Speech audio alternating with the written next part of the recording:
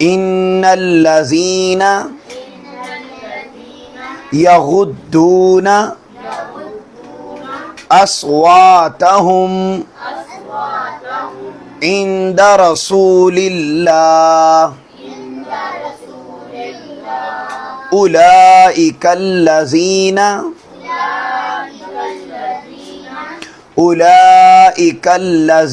امتحن اللہ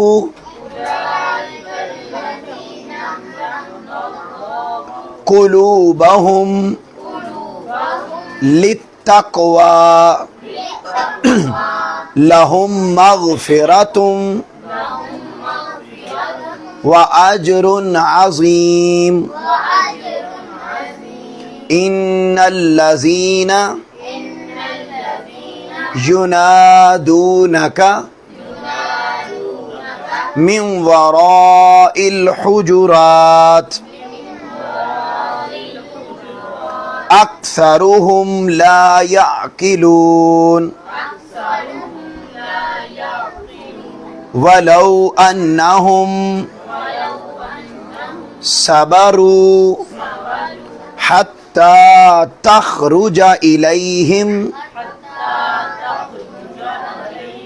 لکان خیرا لہم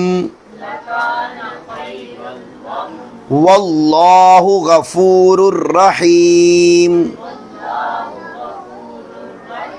صدق اللہ العظیم۔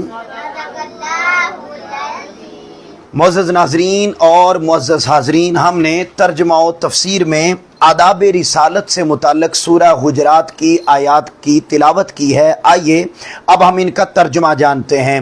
بڑا ایمان افروز ترجمہ ہے، بڑی محبت اور بڑی توجہ کے ساتھ آپ سنیں گے۔ اللہ رب العزت نے قرآن مجید میں ارشاد فرمایا، یا ایھا الذین آمنو، اے ایمان والو، لا تقدموا، آگے نہ بڑھو، بین یدی اللہ ورسولہ، اللہ اور اس کے رسول سے آگے نہ بڑھو، واتقوا اللہ، اور اللہ سے ڈرو، ان اللہ سمیع علیم، بے شک اللہ سننے والا اور جاننے والا ہے۔ آپ کی توجہ 100% میری طرف رہے۔ نو ڈاؤٹ موبائل پہ لائیو چل رہا ہے، لیکن اس کے ساتھ ساتھ توجہ ادھر رکھیں تاکہ سمجھنے میں، بتانے میں، سمجھانے میں آسانی ہو۔ میں کلاس میں بھی پڑھا نہیں پاتا اس طرح جب تک 100% بچوں کی اٹینشن میری طرف نہ ہو، لہٰذا یہ میری مجبوری ہے کہ آگے چل نہیں سکتا، آپ کو مجھے دیکھنا پڑے گا، اور مجھے دیکھنے کے تو بہت سارے فائدے ہیں۔ تو یہاں آپ دیکھیے جی، ترجمہ و تفسیر، اس میں ہم آداب رسالت کی بات کر رہے ہیں، اور پہلی آیت ہے، اور یہ جو ہم آیات کا ترجمہ کرتے ہیں، اس سے ہمیں یہ بھی سیکھنا چاہیے کہ قرآن مجید کا ترجمہ کرنا کتنا آسان ہے۔ اب آپ دیکھیے، اللہ رب العزت نے یا ایھا الذین آمنوا، اے ایمان والو، لا تقدموا، اب یہ قدم سے ہے، قدم آگے کو بڑھتے ہیں، آگے، لا تقدموا، آگے نہ بڑھو، کس سے؟ بین یدی اللہ ورسولہ، اللہ اور اس کے رسول سے آگے نہ بڑھو۔ اچھا، رسول پاک صلی اللہ علیہ وسلم سے تو آگے بڑھا جا سکتا ہے چلتے ہوئے، اللہ تو چلنے سے، بولیے، پاک ہے، اللہ تو چل ہی نہیں سکتا، تو پھر یہ کیوں کہا کہ اللہ اور اس کے رسول سے آگے نہ بڑھو؟ تو اس کا مطلب ایک یہ ہے کہ جو رسول پاک سے آگے بڑھ گیا، اٹس مین کہ وہ اللہ سے آگے بڑھ گیا، یعنی اتنا سٹیٹس، اتنا مقام و مرتبہ، اور اتنا، اور یہ جو آیت اتری، یہ اس کے 2-3 شان نزول ہیں، ان میں سے ایک جو سب سے زیادہ پرومیننٹ اور سب سے زیادہ فیمس ہے، وہ یہ ہے کہ ایک صحابی نے آقا علیہ السلام کے قربانی کا جانور ذبح کرنے سے پہلے انہوں نے اپنی قربانی کا جانور ذبح کر لیا، تو اللہ رب العزت نے قرآن مجید کی آیت اتار دی کہ جب تک میرا محبوب صلی اللہ علیہ وآلہ وسلم اپنے جانور کی قربانی نہیں کرتے، کوئی صحابی جانور کی قربانی نہیں کر سکتا۔ تو ان اللہ سمیع علیم، بے شک اللہ سننے والا، سمیع سماعت، علیم علم سے جاننا، ان اللہ سمیع علیم، کیا ترجمہ بنا جی؟ بولیے، بے شک اللہ سننے والا اور جاننے والا ہے۔ پھر یا ایھا الذین آمنوا، اے ایمان والو، لا ترفعوا، رفع اسی سے ارفع، اسی سے عرفہ، کیا عرفہ کس چیز کو کہتے ہیں؟ اردو میں ہم استعمال کرتے ہیں جو اعلیٰ ہوتی ہے، بلند ہوتی ہے، لا ترفعوا،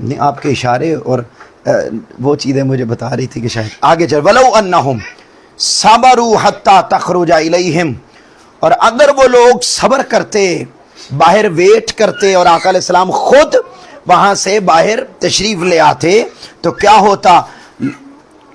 لَكَانَ خَيْرًا لَهُمْ، تو یہ ان کے لیے بہتر تھا۔ وَاللَّهُ غَفُورٌ رَحِيمٌ، بے شک اللہ بڑا بخشنے والا اور رحم فرمانے والا ہے۔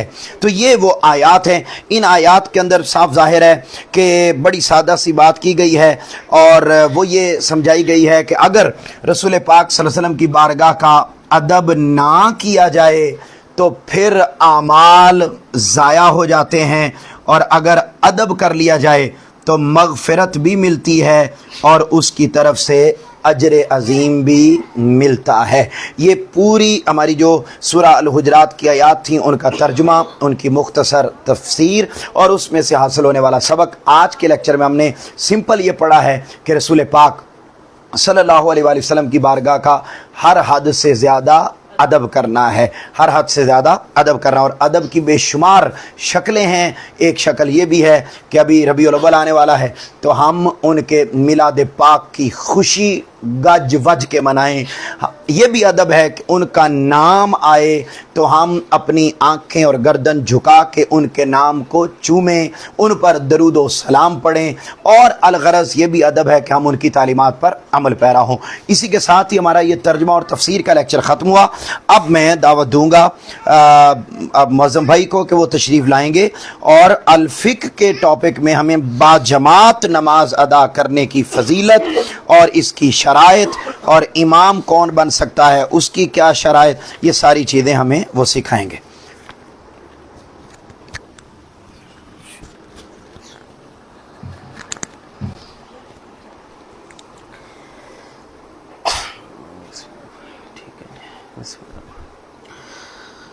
اللہم صلی علی سیدنا و مولانا محمد وعلی آلہ وصحبہ وبارک وسلم۔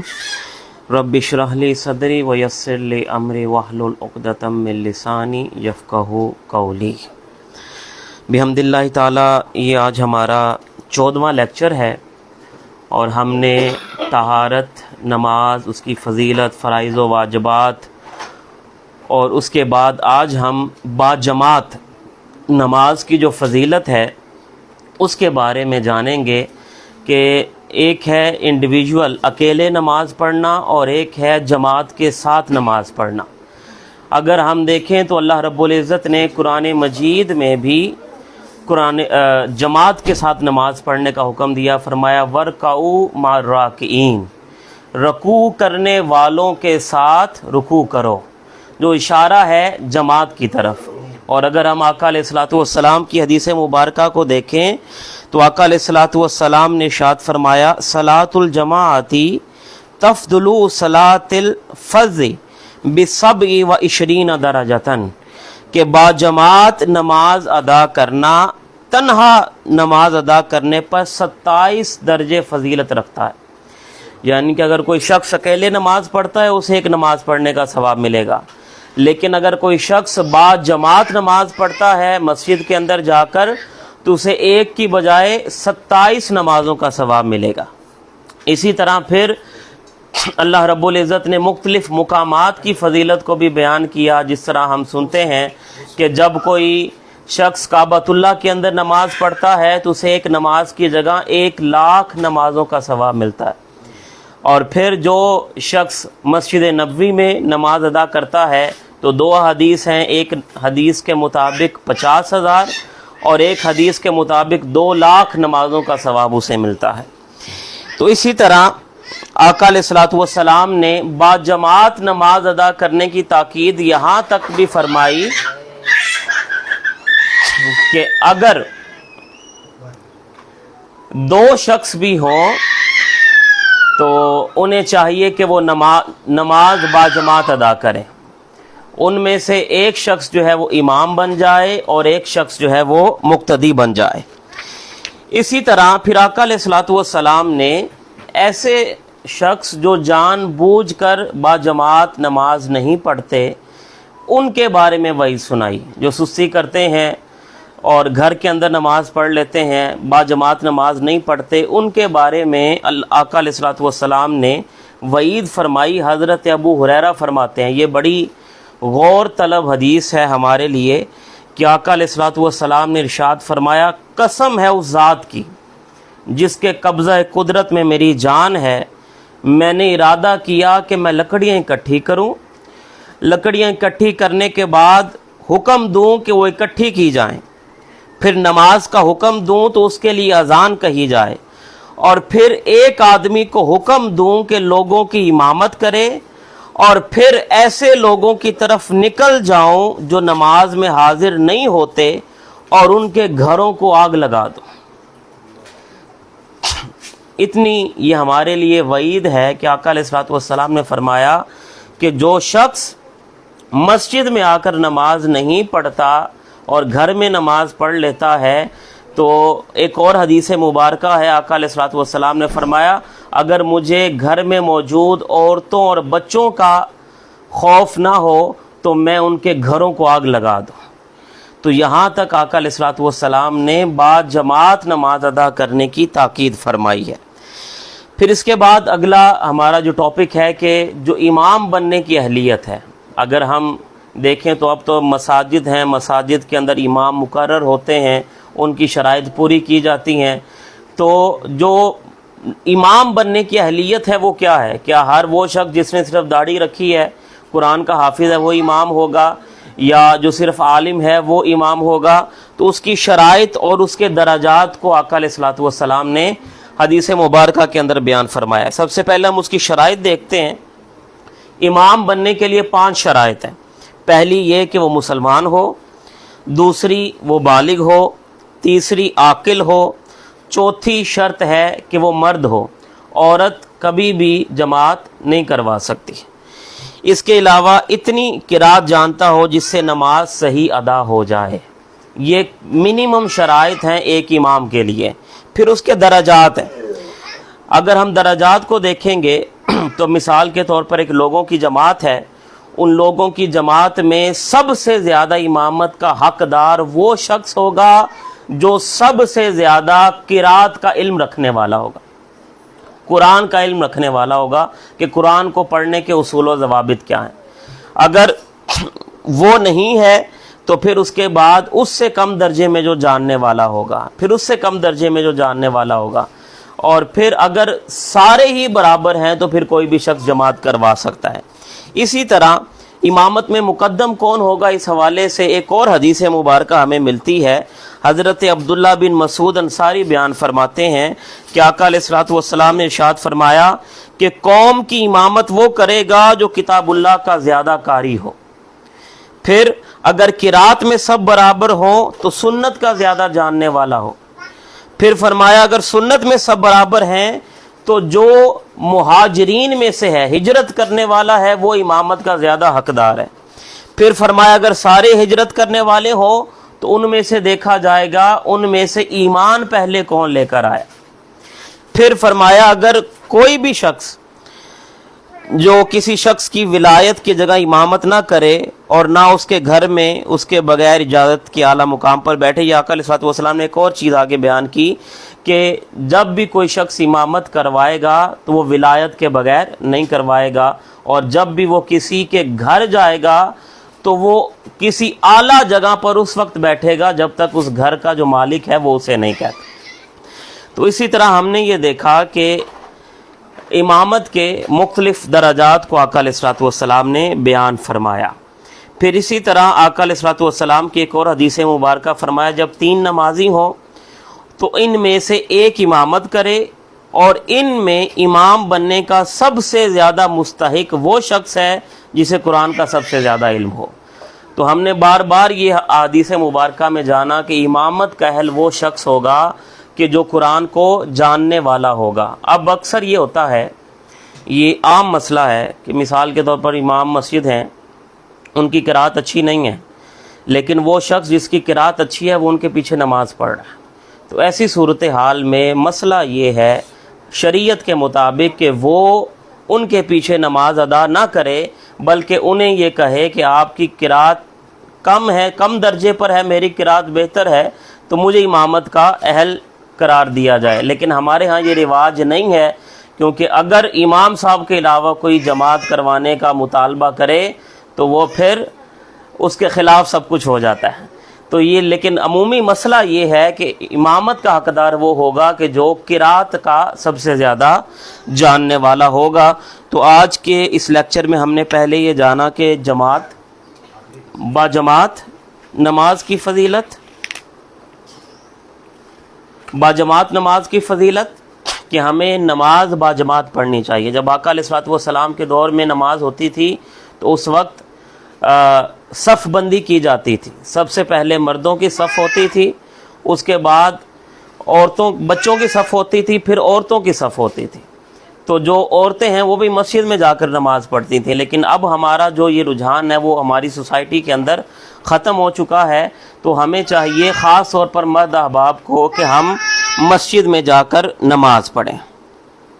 اسی طرح ایک اور حدیث مبارکہ آقا علیہ الصلوۃ والسلام نے ارشاد فرمایا کہ تم پر ہر مسلمان کے پیچھے فرض نماز لازم ہے, کہ اگر مقتدیوں میں سے کسی بھی قرات اچھی نہ ہو تو بلا تکلف ان میں سے کسی کو بھی امام بنایا جائے اور ان کے پیچھے نماز ادا کر لی جائے. ترک جماعت جو ہے وہ کسی کی طور پر جائز نہیں ہے. کوئی بھی صورت ہو, 2 افراد ہوں, 3 افراد ہوں, تو ہمیں چاہیے کہ ہم جماعت کے ساتھ نماز پڑھیں.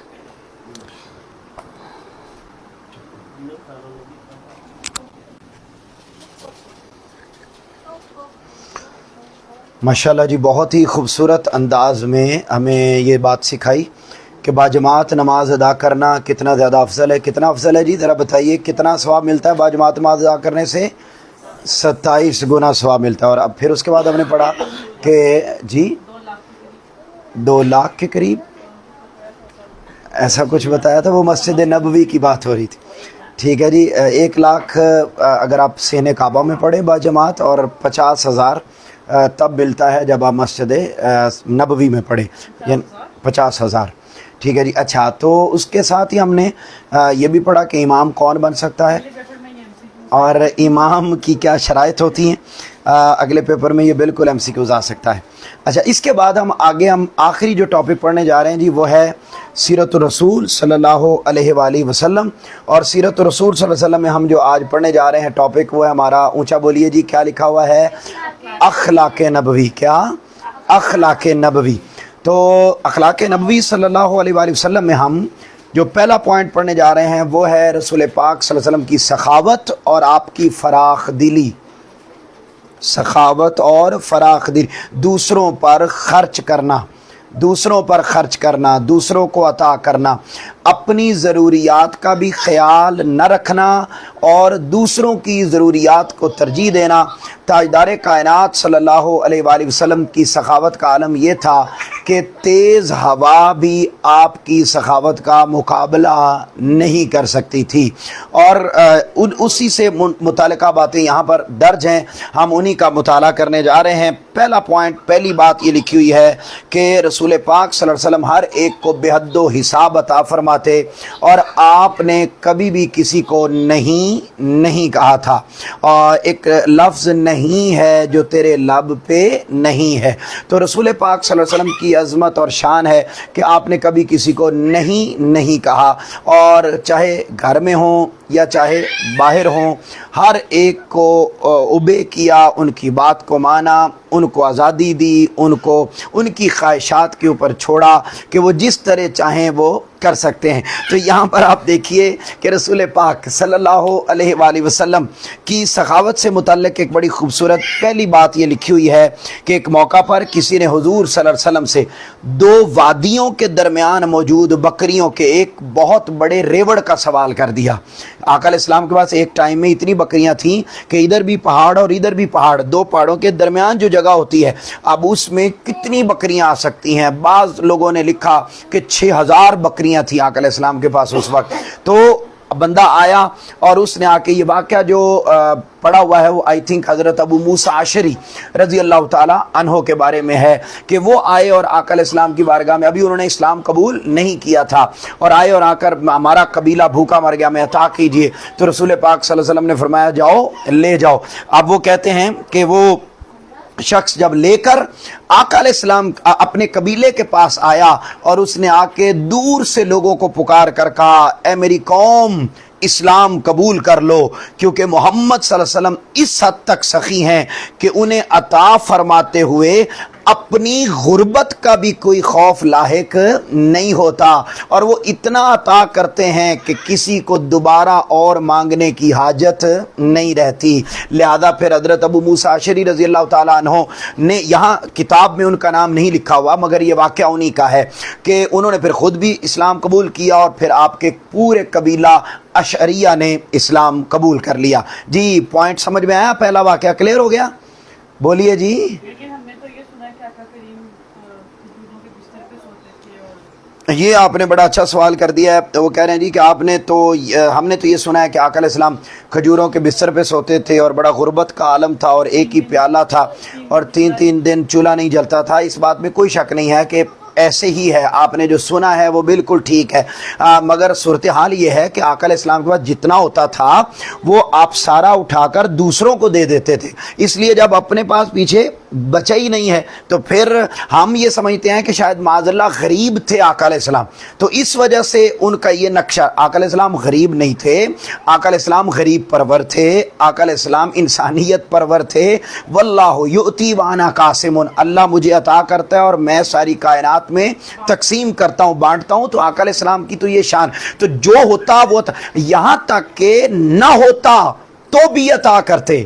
اور یہ اگلا ایک واقعہ لکھا ہوا ہے ایک حدیث پاک کہ ایسا بھی ہوا کہ آپ کے پاس نہ ہوتا تو آقا علیہ السلام کیا کرتے، اس بندے کو کہتے جاؤ مارکیٹ میں میرے نام پر ادھار لے لو اور جب وقت آئے گا تو میں اس کا قرض خود ادا کر دوں گا۔ اب آپ اندازہ کیجئے کہ آقا علیہ السلام کے جود و سخا، آپ کی فراخ دلی، آپ کی سخاوت کا عالم کیا ہے۔ تو ہم نے اس سخاوت کے پوائنٹ میں، بولیے جی کتنے واقعات پڑھے ہیں ہم نے، ذرا بتائیے جلدی سے، 1 یا 2؟ اونچا بولیے 2۔ ہم نے 2 واقعات اس کے اندر پڑھ لیے ہیں۔ پھر اسی طریقے سے اگلا پوائنٹ ہم پڑھیں، غیر معمولی نرم طبع۔ رسول پاک صلی اللہ علیہ وآلہ وسلم غیر معمولی نرم مزاج تھے، غیر معمولی۔ ہم غیر معمولی غصے والے ہیں، ہم غیر معمولی غصے والے ہیں۔ آقا علیہ السلام غیر معمولی نرم مزاج تھے، یعنی جتنا ایک انسان کے بس میں نرم مزاج ہونا نہیں بنتا، آقا علیہ السلام اس حد تک نرم مزاج تھے۔ اور کیسے تھے ذرا سنیے گا، حضور نبی اکرم صلی اللہ علیہ وسلم نرمی کی تعلیم ارشاد فرماتے ہوئے، کیا میں تمہیں ایسے شخص کی خبر نہ دوں جو آگ سے دور کر دیا گیا اور آگ اس سے دور کر دی گئی؟ ایسا شخص وہ ہے جو اپنے اعلیٰ کردار کی وجہ سے لوگوں کے دلوں کے قریب ہوتا ہے، اپنے مزاج میں نرم ہوتا ہے، اور جس کو معاملہ کرنے اور طرز عمل میں بہت آسان سمجھا جائے۔ بڑی ایمان افروز حدیث پاک ہے کہ جو لوگوں کے قریب ہو، جو لوگوں کے قریب ہو، جو لوگوں سے بھاگے، لوگوں سے ملنے سے بھاگے، مہمانوں کے آنے سے بھاگے، خود کئی مہمان جانے سے بھاگے، جو دوسروں تنہا تجرد پسند زندگی بسر کرنے والا، وہ آقا علیہ السلام نے فرمایا اعلیٰ اور اچھا انسان نہیں ہے، بلکہ فرمایا وہ جو گل مل کے رہتا ہے، جو ساروں کے ساتھ رہتا ہے، اکٹھا انسانوں کے قریب رہتا ہے، انسانوں کے دلوں میں رہتا ہے، وہ بندہ آگ سے ہمیشہ کے لیے دور کر دیا گیا۔ یہ آقا، اور اسی چیز کو اللہ رب العزت نے قرآن مجید میں بھی ارشاد فرمایا کہ آقا علیہ السلام کی ایک خاص بات کی گئی، ایک خاص بات کی گئی آقا علیہ السلام کے بارے میں کہ آقا علیہ السلام کی شخصیت کے گرد ہمہ وقت پروانے اور دیوانے آقا علیہ السلام کے ارد گرد رہتے اور آقا علیہ السلام کے ارد گرد ہوتے صحابہ کرام۔ اور آپ کو پتہ ہے جو بھی آقا علیہ السلام کو ایک مرتبہ دیکھ لیتا تھا وہ دوبارہ کبھی بھی آقا علیہ السلام سے دور نہیں جاتا تھا۔ تو اس کی ایک بہت بڑی ریزن جس کو قرآن نے بیان کیا، اس ریزن کا نام کیا ہے جی؟ اخلاق، اور اس میں پھر نرم طبعی، کہ آقا علیہ السلام کیا تھے؟ غیر معمولی نرم طبع تھے، اور آقا علیہ الصلوۃ والسلام کی شان یہ تھی. تو کہتے اس کو قرآن مجید نے بیان کیا، اور کیسے بیان کیا؟ فبما رحمت من اللہ لنت لہم، اے حبیب مکرم پس اللہ کی کیسی رحمت ہے کہ آپ ان کے لیے نرم طبع ہیں. ولو کنت فظا غلیظ القلب، آقا علیہ الصلوۃ والسلام کی عظمت، آقا علیہ السلام کی شان، آقا علیہ السلام کی جو نرم طبعی ہے اس کا ذکر قرآن مجید میں کیا.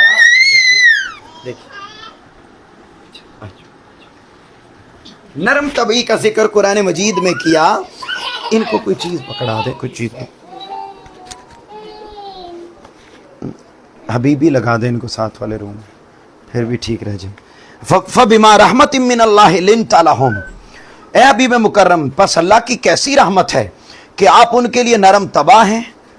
ولو کنت فظا غلیظ القلب، اور اگر آپ تند خو ہوتے یعنی نرم مزاج نہ ہوتے تو کیا ہوتا؟ لانفضوا من حولک، یہ جو آپ کے ارد گرد دیوانوں کا ہر وقت ہجوم لگا رہتا ہے، جو صحابہ کرام ہر وقت آپ کو تکنے کے لیے بیٹھے رہتے ہیں، یہ ہجوم آپ کے ارد گرد نہ ہوتا. فاعف عنہم واستغفر لہم وشاورہم فی الامر، آپ انہیں معاف کرتے رہیں. اے حبیب مکرم صلی اللہ علیہ وسلم جیسے آپ کا مزاج ہے کہ آپ غصہ نہیں کرتے، ایسے ہی کرتے رہیے، معاف کرتے رہیے اور ان کی بخشش کی دعا کرتے رہیے. وشاورہم فی الامر، اور کب سے نہیں جا رہا؟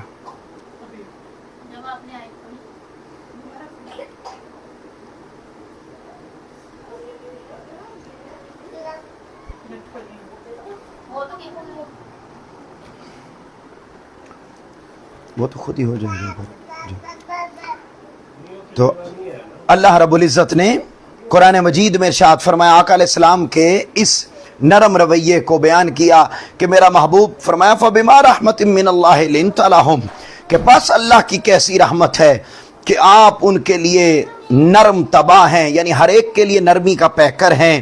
ولو کنت فظا غلیظ القلب، اگر آپ نرمی والے نہ ہوتے، تند خو ہوتے، تو لانفضوا من حولک، آپ کے ارد گرد صحابہ کرام کا ہجوم نہ ہوتا. مطلب کہنے کا یہ ہے کہ اللہ آگ سے دور کرتا ہے اس کو جو لوگوں کے قریب ہو، اور لوگوں کے قریب بندہ تب ہو سکتا ہے جب نرم مزاجی ہو. ٹھیک ہے، اس کے بغیر نہیں ہو سکتا. اور کل میں نے شیخ برا میں جب لیکچر دیا تو ویسے تو کسی دن اس لیکچر کو ہم نے الگ سے ایک سیشن میں اس پرسنالٹی ڈیولپمنٹ میں بھی ہم نے ایک لیکچر اس کلاس کا حصہ انشاءاللہ بنانا ہے. ویسے اس سلیبس کا تو ہے لیکن اس سے ہٹ کر ہم اس کو یہاں سیکھیں گے. اور اس میں نے ایک بات کی اور آقا علیہ السلام کہ اگر آپ چاہتے ہیں کہ آپ کے ارد گرد کے لوگوں کے ساتھ تعلقات اچھے ہو جائیں تو اس کا طریقہ کار آقا علیہ السلام نے ایک یہ ارشاد فرمایا. اور کیا فرمایا؟ افشوا السلام، السلام علیکم کو عام کرو. ہم گھر میں رہتے ہوئے بہت سارے گھروں میں بڑی اچھی اچھی عادات بھی ہوتی ہیں، ہمیں ان کو ڈیولپ کرنا چاہیے. وہ کیا کرتے ہیں جی؟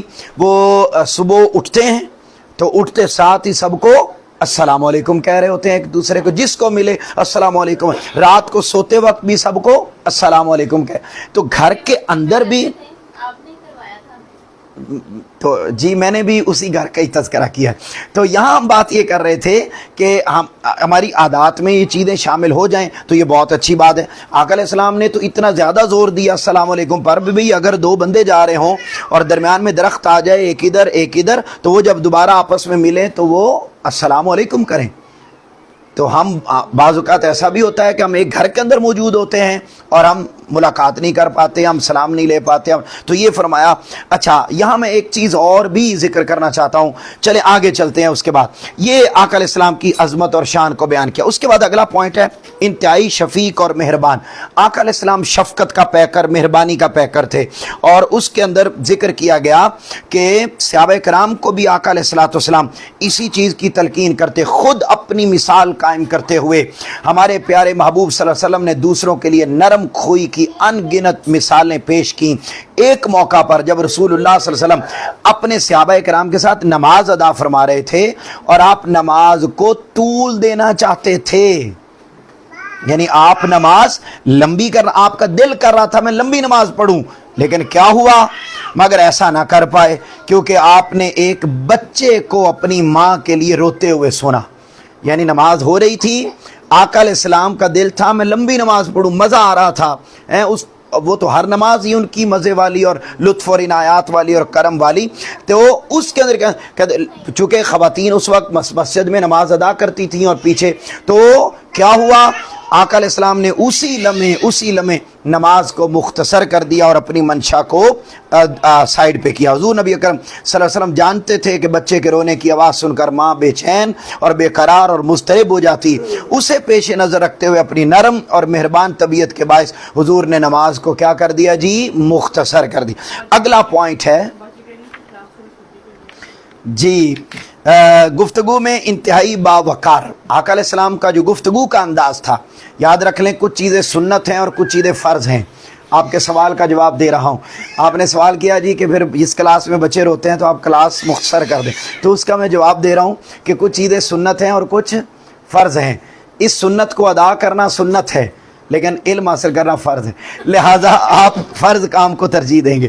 جی دیکھیے گا اس کے اندر بھی حضور صلی اللہ علیہ وسلم کی گفتگو کا انداز ذکر کیا گیا ہے اور بڑا خوبصورت. ذرا سنیں کہ حضور نبی اکرم صلی اللہ علیہ وسلم بہت نپی تلی گفتگو کرتے تھے. اچھا، نپی تلی گفتگو. ہمارا تو حال یہ ہے کہ ہم پہلے باتیں کر لیتے ہیں، جو آیا منہ میں کر لیا، اس کے بعد ہمیں سمجھ آتی ہے کہ میں کیا کہہ کے آیا ہوں اور مجھے یہ اس موقع پر کہنا بھی چاہیے تھا یا نہیں کہنا چاہیے تھا، مجھے یہ بات وہاں کرنی چاہیے تھی یا نہیں. اس کا فیصلہ ہم بولنے سے پہلے نہیں کرتے، بولنے کے بعد کرتے ہیں.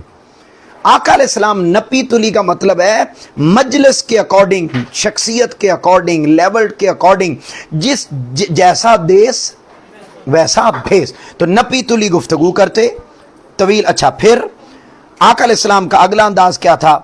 آپ تیزی سے گفتگو نہ فرماتے بلکہ متوازن اور میانہ رفتار سے ایسے گفتگو کرتے کہ اگر کوئی شخص آپ کے الفاظ گننا چاہتا تو وہ بآسانی گن سکتا تھا. جو بھی آپ کو سنتا وہ آپ میں نگینے جڑے ہوئے ہیں. اس قدر